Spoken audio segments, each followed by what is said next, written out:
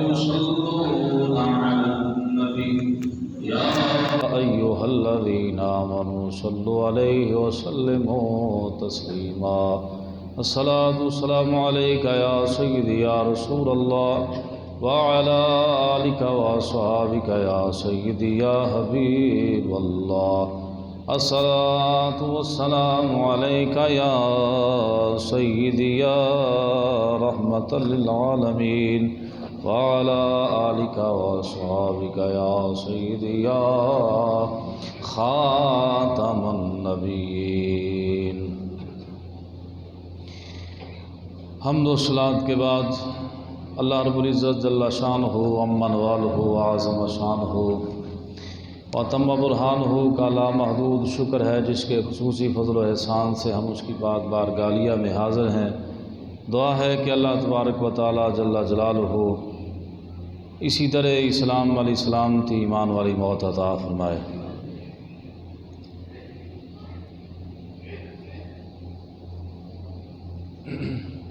ماہ ربیع الثانی شریف جاری و ساری ہے۔ آج مختصر سے وقت میں ہم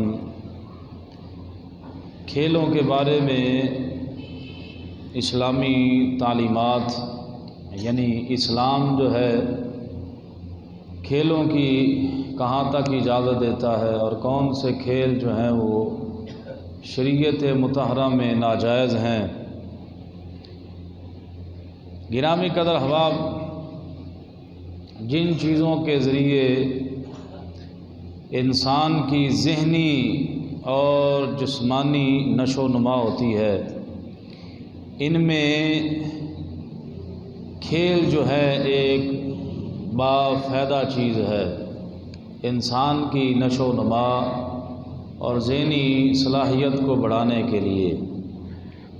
لیکن ہم نے دیکھنا یہ ہے کہ کون سے کھیل شریعت مطہرہ میں جائز ہیں اور کون سے ناجائز۔ جہاں تک بامقصد کھیلوں کا تعلق ہے تو نبی اکرم نور مجسم شفیع معظم صلی اللہ تعالیٰ علیہ وسلم نے باقاعدہ طور پہ حوصلہ افزائی بھی فرمائی ہے بامقصد کھیلوں کی، اور صحابہ اکرام رضوان اللہ علیہ مجمعین کا آپس میں مقابلہ بھی کروایا ہے۔ بلکہ بعض اوقات نبی کریم علیہ الصلوۃ والسلام خود جو ہے وہ بعض اوقات خود نبی کریم علیہ الصلوۃ والسلام نے شوق دلانے کی خاطر کھیل میں شرکت فرمائی ہے۔ گرامی قدر احباب، موجودہ دور میں کھیلوں کو معاشرے میں ایک بہت زیادہ اہمیت دی جاتی ہے۔ پوری دنیا میں سوائے امریکہ کے، پوری دنیا میں سوائے امریکہ کے تمام ممالک میں باقاعدہ کھیلوں کے وزیر ہوتے ہیں اور باقاعدہ کھیلوں پہ لاکھوں کروڑوں اربوں ڈالر جو ہیں وہ خرچ کیے جاتے ہیں کھلاڑیوں پر اور میدانوں پر، کھیلوں کے میدانوں پر۔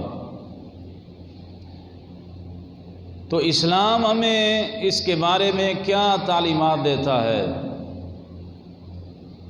اسلام ہمیں اس کے بارے میں کیا تعلیمات دیتا ہے اور کون سے کھیل کن شرائط کے احساس جو ہیں وہ جائز ہوتے ہیں؟ گرامی قدر احباب، اب دیکھنا یہ ہے کہ با مقصد کھیل اور حدیث پاک میں اللہ تبارک و تعالی جل جلالہ عما نوالہ کے پیارے محبوب کریم علیہ الصلوۃ والسلام ارشاد فرماتے ہیں، راوی ہیں حضرت سیدنا عقبہ بن عامر جہمی رضی اللہ تعالیٰ عنہ۔ آپ رضی اللہ تعالیٰ عنہ ارشاد فرماتے ہیں، نبی کریم علیہ الصلوۃ والسلام نے ارشاد فرمایا کہ ایک تیر کی وجہ سے 3 افراد جو ہیں وہ جنت میں جاتے ہیں۔ ایک تیر کی وجہ سے 3 اشخاص کا جنت میں جانے کا ذکر فرمایا گیا ہے۔ اب ان 3 افراد میں مثال کے طور پہ ایک وہ ہے جس نے اچھی نیت اور ثواب کی خاطر تیر کو بنایا، اور دوسرا وہ ہے جس نے اچھی نیت اور ثواب کی خاطر تیر کو چلایا، اور تیسرا بندہ وہ ہے جس نے چلانے والے کی مدد کی۔ تیر ایک ہے اور مدد کرنے والے 3، تو نبی کریم علیہ الصلوۃ والسلام نے ارشاد فرمایا کہ ایک تیر کی وجہ سے 3 اشخاص جو ہیں وہ جنت میں جائیں گے۔ تو گرامی قدر احباب، اسی طرح کھیلوں کے بارے میں نبی اکرم صلی اللہ تعالیٰ علیہ وسلم نے ارشاد فرمایا کہ 3 کھیلوں کے علاوہ باقی جو ہیں وہ ان کو باطل قرار دیا گیا۔ 3 کھیلوں کے علاوہ باقی کھیلوں کو باطل قرار دیا گیا۔ ان میں ایک جو ہے وہ تیر کو کمان سے چلانا، اور دوسرا گھوڑے کو سکھانا، اور تیسرا بیوی سے کھیلنا۔ تیر اندازی اس نیت سے سیکھنا کہ میدان جہاد میں جو ہے وہ کام آئے گی، یہ کھیل، اور دوسرا گھوڑے کو تیار کرنا، گھوڑے کو پالنا، یہ اس دور کی بات ہے کہ جب یہی ساز و سامان تھا جنگ و جدال کے لیے، قتال کے لیے، تیر تھے۔ اب دور حاضر میں توپیں ہوتی ہیں، ٹینک ہوتے ہیں، گولے ہیں، بمب ہیں، اسی طرح ہوائی جہاز ہیں، ان کے ذریعے۔ تو اب یہی وہ اس پہ قیاس کیا جائے گا کہ جو بھی آلات جو ہیں وہ تیار کیا جائیں جنگ و جدال کے لیے۔ اور اس کے علاوہ گھوڑے کو سکھانا اسی میں آ جاتا ہے کہ اپنے جو ہے وہ حفاظت کے لیے، محافظت کے لیے تیاری کرنا، سواری کی تیاری کرنا، اور جائز جو شرعی تقاضے ہیں ان کو پورا کرنے کے لیے بیوی کے ساتھ جو ہے وہ ہنسی مذاق کرنا، یہ بھی شرعی طور پہ جائز ہے۔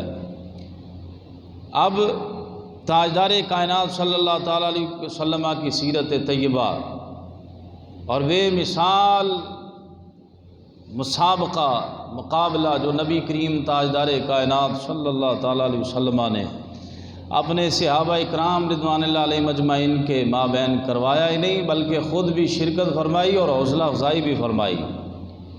حضرت سیدنا سلمہ بن اکو رضی اللہ تعالیٰ عنہ صحابی رسول ہیں۔ آپ بیان کرتے ہیں نبی کریم علیہ الصلوۃ والسلام قبیلہ یہ بنی اسلم، یہ چونکہ ان کا بھی تعلق بنی اسلم سے تھا تو ان کا نام نامی گرامی بھی حضرت سیدنا سلمہ بن اکو رضی اللہ تعالیٰ عنہ۔ آپ فرماتے ہیں نبی کریم علیہ الصلوۃ والسلام ہمارے قریب سے گزرے، یہاں تک کہ قبیلے کے لوگوں نے 2 ٹیمیں بنائی ہوئی تھیں۔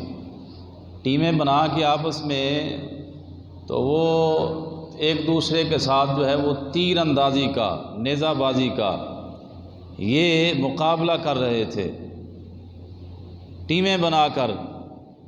تو نبی کریم علیہ الصلوۃ والسلام قریب سے گزرے تو آقا علیہ الصلوۃ والسلام نے ارشاد فرمایا ارموا بنی اسماعیل فإن أباكم كان راميا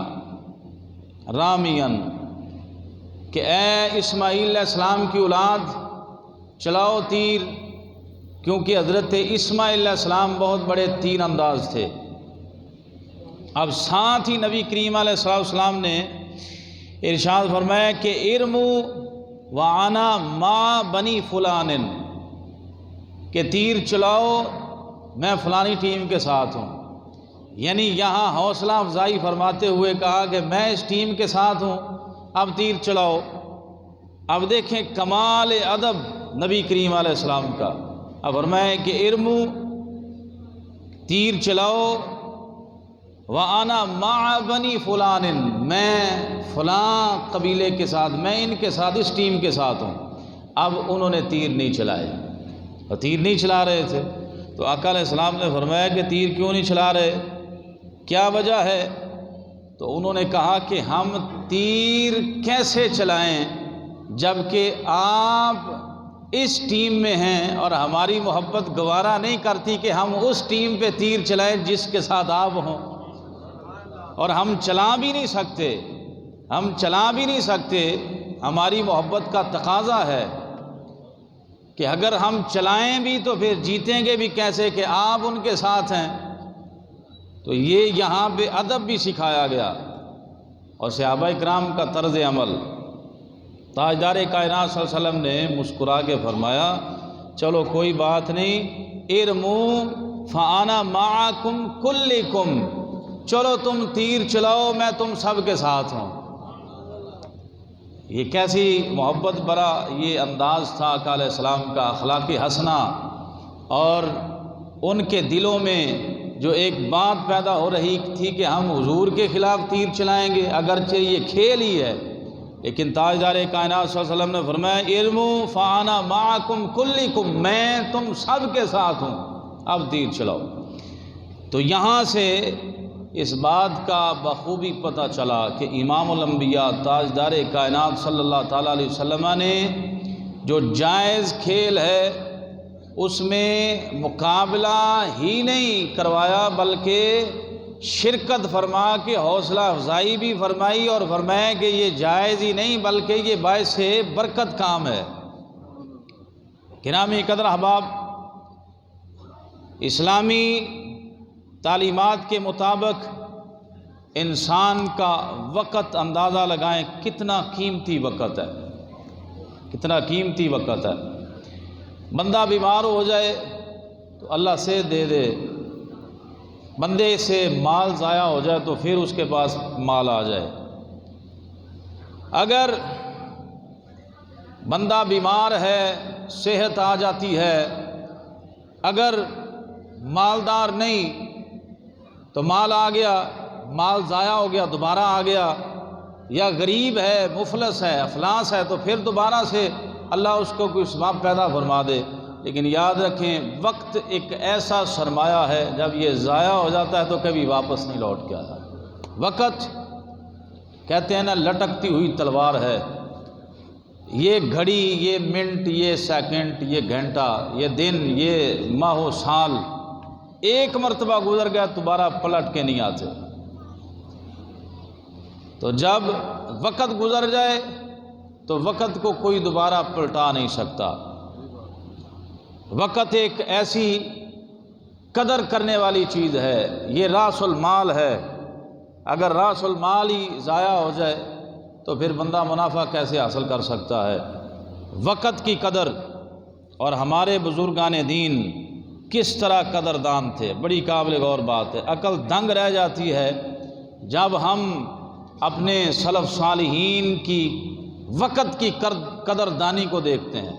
آج تو صورتحال بالکل بدل گئی، 4 بندے بیٹھ گئے اور پھر 2-2 3-3 گھنٹے آپس میں، اور پھر ایسی گفتگو لا یعنی گفتگو، بے فائدہ گفتگو، اودی غیبت کی تھی، اودی چغلی کی تھی، وہ یہ ہے، وہ یہ ہے، اس نے ایسے کر دیا، بے فضول ہی پورے پہ بیٹھے ہوں گے نا فوتگی پہ، سیاسی گفتگو شروع ہو جائے گی، انہیں انج کیتا جائے، انہیں انج کیتا جائے، حالانکہ کوئی فائدہ ہی نہیں، بے فائدہ لا یعنی گفتگو۔ تاجدار کائنات صلی اللہ علیہ وسلم نے ارشاد فرمایا کہ ایک مجلس بیٹھی ہو، لوگ بیٹھے ہوئے ہو، اور اس مجلس میں نہ اللہ کا ذکر ہو نہ رسول اللہ صلی اللہ علیہ وسلم پر درود و سلام پڑھا جا رہا ہو، لا یعنی گفتگو، بے فائدہ، ٹائم ضائع کر رہا ہے وہ بندہ، تو آقا علیہ السلام نے فرمایا کہ پھر اللہ کی مرضی ہے اسے عذاب دے اس مجلس کو یا ثواب دے کہ وہ بالکل بے فائدہ بیٹھے ہوئے ہیں، انہیں کوئی دنیا سے دین سے تو کوئی غرض ہی نہیں ایسے لوگوں کو۔ آج وقت کا کتنا ضیاع ہوتا ہے۔ ہمارے سلف صالحین میں ایک نام ہے جو دنیا اسلام کے سب سے پہلے قاضی القضات تھے، قاضی القضات تھے، جن کا نام نامی اس میں گرامی حضرت امام ابو یوسف یعقوب رحمۃ اللہ علیہ ہے۔ امام ابو یوسف رحمۃ اللہ علیہ یہ امام اعظم ابو حنیفہ رحمۃ اللہ علیہ کے شاگرد بھی ہیں۔ تو یہ سب سے پہلے دنیا اسلام کے قاضی القضات ہیں حضرت امام ابو یوسف یعقوب رحمۃ اللہ علیہ۔ یہ بیمار ہو گئے اور اتنے شدید بیمار ہو گئے کہ مرض الموت قریب تھا کہ بس ابھی فوت ہو جائیں گے، بے ہوشی کے دورے پڑ رہے تھے۔ تو ان کے شاگرد ہیں جن کا نام ہے حضرت ابراہیم بن جراح رحمۃ اللہ علیہ۔ یہ اپنے استاد جی کا پتہ لینے کے لیے آئے، عیادت کرنے کے لیے، چلو استادوں کا پتہ لینے جائیں۔ اب یہاں عیادت کی بات آئی تو اس کی اتنی زیادہ اہمیت حدیث پاک میں ہے، بیمار کی بیمار پرسی کرنا۔ آج لوگ تو اس لیے جاتے ہیں، چل یہ ساڈا پتہ لین آیا تو اسی یہ پتہ لین چڑے، یہ نہیں پوچھتا تو اسی بھی نہیں پوچھیں گے۔ آج لینے کے دینے ہیں، یہ ہمارے جنازوں پہ آتا ہے ہم اس کے جنازوں پہ جائیں گے، یہ ہمارے نہیں آتا تو ہم نہیں آئیں گے۔ سیم دنیاوی معاملات وہی دینی معاملات میں داخل ہو گئے۔ جی شادی پہ نہیں آیا تو ہم بھی نہیں جائیں گے، ہم نے نہیں بلایا تو یہ بھی نہیں بلائیں گے۔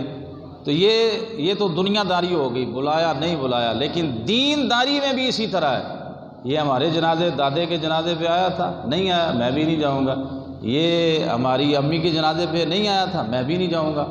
تو یہ صورتحال ہے۔ اب بیمار پرسی، بندہ بیمار ہو جائے تو اس کی عیادت کا آپ اندازہ لگائیں کتنا بڑا ثواب ہے۔ نبی کریم علیہ السلام نے ارشاد فرمایا کہ جو شخص بیمار کی عیادت کے لیے صبح کو جائے، شام تک اس بندے کے لیے 70,000 فرشتے دعائیں کرتے رہتے ہیں، اور جو شام کو جائے صبح تک اس بندے کے لیے 70,000 فرشتے دعائیں کرتے رہتے ہیں۔ اب کتنے بڑے اجر کی بات ہے۔ تو صرف اتنی سی بات پہ اس نے مجھے نہیں پوچھا میں نہیں پوچھوں گا، ثواب ضائع ہو گیا، ثواب کو ضائع کر لیتے ہیں۔ تو گرامی قدر احباب، حضرت ابراہیم بن جراح رحمۃ اللہ علیہ کہ اپنے استاد جی کا پتہ لینے آئے کہ دیکھ کے آئیں عیادت کے لیے، بیمار پرسی کے لیے۔ اب تشریف لائے تو استاد جی کو بے ہوشی کے دورے پڑ رہے تھے، حضرت امام ابو یوسف یعقوب رحمۃ اللہ علیہ کو بے ہوشی کے دورے پڑ رہے تھے۔ اب جیسے ہی ہوش سنبھالی تو شاگرد سامنے بیٹھا ہوا تھا، استاد جی کیا حال ہے؟ انہوں نے کہا حال وول چھوڑ، مجھے ایک مسئلہ بتا۔ اب دیکھیں وقت کی قدر، یہ نہیں چاچے دا سنا دے، مامے دا سنا دے، پھوپھی دا سنا دے، اور پھر کیسے کام چل رہے ہیں، دکان کیسی چل رہی، نہیں۔ اب جیسے ہی ہوش سنبھالا حضرت امام ابو یوسف یعقوب رحمۃ اللہ علیہ نے سب سے پہلے کہا کہ یار ابراہیم مجھے ایک مسئلہ بتا۔ انہوں نے کہا استاد جی کون سا مسئلہ؟ تو آپ نے فرمایا کہ رمی جمار، جو حاجی جمرے کو کنکریاں مارتے ہیں، اللہ تبارک و تعالی سب کو حج کی سعادت نصیب فرمائے، اور شیطانوں کو کنکریاں مارنا، جمرہ اولا، عقبہ، اخرى، ان تینوں جمروں کو۔ تو اب حضرت امام ابو یوسف رحمۃ اللہ علیہ فرماتے ہیں یہ مجھے بتاؤ پیدل رمی جمار افضل ہے یا سواری پہ رمی جمار، یعنی پتھر کینکریاں ان کو شیطانوں کو پیدل مارنا افضل ہے یا سواری پہ بیٹھ کے؟ تو حضرت ابراہیم کہنے لگے استاد جی میرا تو خیال ہے کہ پیدل ہی اگر کینکریاں ماری جائیں تو زیادہ افضل ہے۔ آپ نے فرمایا جواب غلط ہے۔ تو کہا پھر سواری پہ زیادہ افضل ہے؟ فرمایا یہ بھی غلط ہے۔ تو استاد جی پھر آپ ہی بتا دیں۔ تو حضرت امام ابو یوسف فرمانے لگے اگر وہاں پہ رہنے کا مقام نہ ہو، تو پھر سواری پہ چل کے آگے کینکریاں مارنا افضل ہے، اگر وہاں پہ رہنے کا مقام ہو تو پھر پیدل چل کے کینکریاں مارنا افضل ہے۔ اور یہ بہار شریعت میں بھی یہ مسئلہ لکھا ہوا ہے کہ پہلے 2 جمروں کو پیدل چل کے کینکریاں مارنا افضل ہے، اور تیسرے جمرے کو سواری پہ کینکریاں مارنا افضل ہے۔ حضرت ابراہیم بن جراح رحمۃ اللہ علیہ فرماتے ہیں کہ استاد جی ابھی یہ مسئلہ بیان فرما رہے تھے کہ میں ابھی ان کے گھر سے باہر نکلا ہی تھا کہ آپ کا وصال پاک ہو گیا۔ اب اندازہ لگائیں کہ جاتے جاتے بھی انہوں نے اپنا وقت ضائع نہیں کیا، مسائل دینیہ ہی بیان فرمائے۔ ہماری ساری زندگی چغلیوں میں، غیبتوں میں، یہ ہم اندازہ کریں اپنے آپ پر کہ ساری زندگی لڑائیوں میں، جھگڑوں میں، یہ ہے وہ ہے فلان ہے، یہ نہیں تو وہ نہیں، یہ ہے تو فلان ہے، اس میں ہی ہماری ساری زندگی گزر جاتی ہے۔ تو ہمارے بزرگوں نے کس طرح وقت کی قدر کی اور وقت کو انتہائی قیمتی جانا، ایک ایک لمحہ، ایک ایک منٹ، ایک ایک سیکنڈ جو ہے یہ گزر رہا ہے، تو یہ انسان کا اتنا قیمتی ہے کہ اس کی قیمت کا پتہ قیامت والے دن اور مرنے کے بعد جب محشر والے دن بندہ اٹھے گا تب پتہ چلے گا کہ میں نے تو ساری زندگی ایسے ہی فضول کاموں میں ضائع کر دی۔ گرامی قدر احباب، تاجدار کائنات صلی اللہ تعالیٰ علیہ وسلم نے با مقصد کھیلوں کی تعریف میں عرض کر رہا تھا نہیں بلکہ خود بھی حوصلہ افزائی فرمائی شرکت فرما کر، لیکن اب ہم نے دیکھنا یہ ہے کہ تاجدار کائنات فخر موجودہ صلی اللہ علیہ وسلم نے جہاں پہ با مقصد کھیل، اب اس میں تیر اندازی ہے، اس میں گھوڑ سواری ہے، اور اس میں تاجدار کائنات فخر موجودہ صلی اللہ علیہ وسلم کے فرمان کے مطابق بیوی کے ساتھ کھیلنا ہے۔ اب بے مقصد کھیل کی مذمت بھی حدیث پاک میں، ابو داؤد شریف میں اور اسی طرح ابن ماجہ شریف میں حضرت سیدنا ابو ہریرہ رضی اللہ تعالیٰ عنہ آپ فرماتے ہیں نبی کریم علیہ السلام نے فرمایا ایک شخص کو دیکھا، وہ کبوتر باز تھا، کبوتری کے پیچھے لگا ہوا تھا۔ یا کبوتر باز آپ دیکھتے ہیں نا کہ ان کی ہمہ وقت نظریں آسمان پہ لگی ہوتی ہیں، وہ دیکھ رہے ہوتے ہیں کہ کوئی کبوتر اڑ رہا ہے تو کیا ہے، کدھر آ رہا ہے کدھر نہیں آ رہا۔ تو کبوتر باز جن کو کبوتر بازی کا شوق ہے تو اس کے بارے میں آقا علیہ السلام نے کتنی سخت وعید فرمائی، فرمایا شیطان یتبع شیطانۃ، آقا علیہ السلام نے فرمایا کہ شیطان شیطانہ کے پیچھے بھاگ رہا ہے، شیطان شیطانہ کے پیچھے بھاگ رہا ہے۔ تو علماء فرماتے ہیں آقا علیہ السلام نے اس کو شیطان کیوں کہا اور اس کو شیطانہ کیوں کہا، کبوتری کو شیطانہ کیوں کہا؟ فرمایا اس لیے اس کو شیطان کہا کہ یہ فضول کاموں میں ہی یہ فضول کام تھا کہ اس کے پیچھے بھاگ رہا ہے، ایسے ہی اپنا وقت ضائع کر رہا ہے، تو لہذا یہ شیطان ہے۔ تو اس کو شیطانہ اس لیے کہا کہ یہ سبب بنی ہے اس کا وقت ضائع کرنے کا، اس لیے وہ شیطانہ ہے۔ تو کبوتر بازوں کے لیے اس میں بڑی سخت وعید ہے۔ آقا علیہ السلام نے فرمایا کہ یہ شیطانی کام ہے کیونکہ یہ فضول کام ہے۔ اب اس کے ریلیٹڈ آپ کتنے کام ہیں، بٹیروں کی لڑائی ہے، ککڑوں کی لڑائی ہے اور کتوں کی لڑائی ہے، اور اسی طرح آج کل تو سنڈیوں کی لڑائی، بھینسیں ان کی لڑائی، ان کے وہ لڑائی باقاعدہ طور پہ کروائی جاتی ہے، جبکہ شرعی طور پہ یہ ناجائز و حرام اور شیطانوں والا کام ہے، اور آقا علیہ السلام نے سخت وعید ارشاد فرما دی۔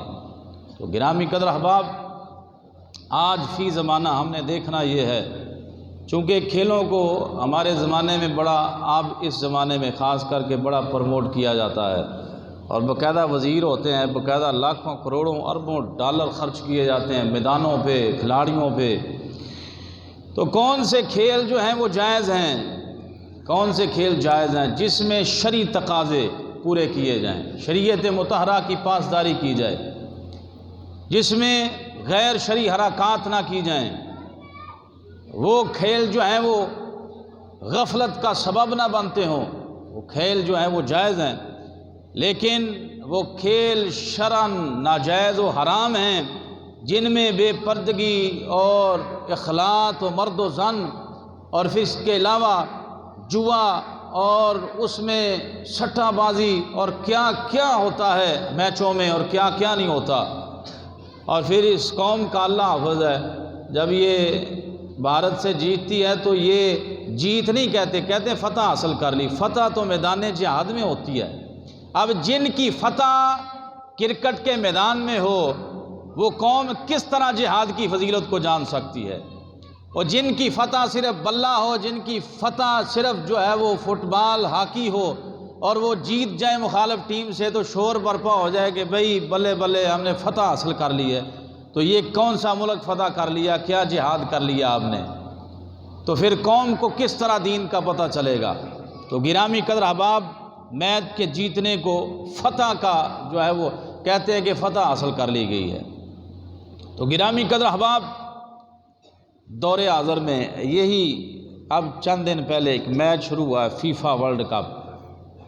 فیفا ورلڈ کپ یہ 18واں ورلڈ کپ ہے، یہ بہت بڑا، اس کے بارے میں مغربی ریسرچر کہتے ہیں کہ سب سے مہنگا ترین یہ ایونٹ ہے، یہ کرکٹ سے بھی زیادہ مہنگا ترین ہے۔ اور آپ کو پتہ ہے 12 سال لگے ہیں قطر کو، یہ 12 سال لگے ہیں اس کے انتظامات کرنے میں۔ قطر میں یہ میچ ہو رہا ہے اور یہ ایک مسلمان ریاست ہے۔